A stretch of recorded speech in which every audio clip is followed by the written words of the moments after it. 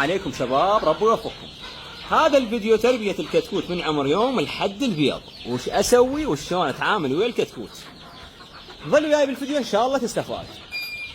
شوف حبيبي، اول ما يطلع عندي الكتكوت استقبله اما مي وشكر او مي ودبس او مي وعسل، انا هاي سولفها سابقا. صار الكتكوت عمره ثاني يوم، يعني صار عمره ثاني يوم او ثالث يوم، انطي التهاب سره لمدة 4 ايام. اشوف التهاب سره شركه رصينه تكون معروفه. هاي النقطه الثانيه. النقطه الثانيه للكتكوت، هذا الكتكوت صار عمره ورا 6 ايام، احب انطي فيتامين افضليه. اكيد اركز على العلف، دير بالكم من شغله العلاف، لان العلاف اذا مضروبه او شيء تاثر على الكتكوت. هاي نقطه.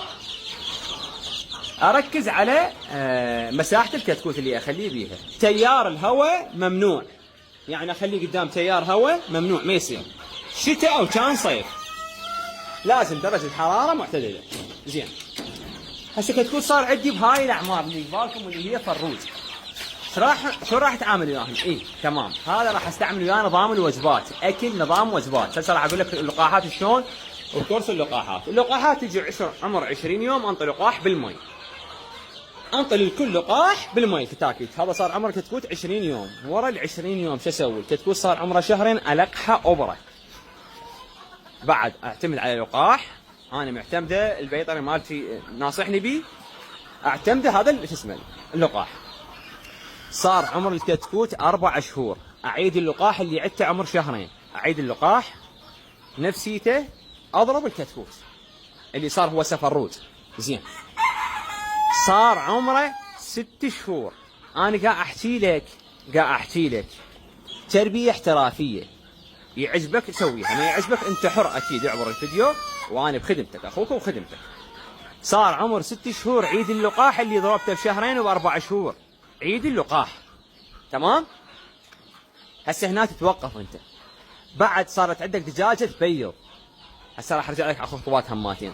صارت عندك دجاجه تبيض، شو اسوي انا؟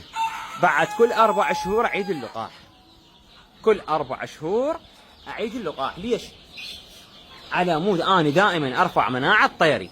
زين، انا بهاي الفتره من عمر يوم لحد عمر البيض ايش سويت؟ بنيت مناعه طير قويه بشرط اكل صحيح، فيتامينات صحيحه انا مستمره، ما هاملهم صراحه بس تريد وكذا. لا، ما يصير ماكو حكي. تريد تربى طير بطل منتج للبيض، هاي الخطوات تسويها. اما لا والله تقول أنا بس أربي، أريد أتونس، خلي لك 2 3 ربيهم بالبيت وتعطيهم أكل كل شيء يعجبك أنت. هاي التربية الصحيحة. أما ما يخص الكتكوت هاي من عمر يوم لحد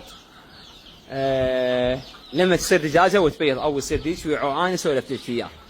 وإن شاء الله فيديوهات القادمة راح أوضح لك بالتفاصيل، لكن هاي بداية.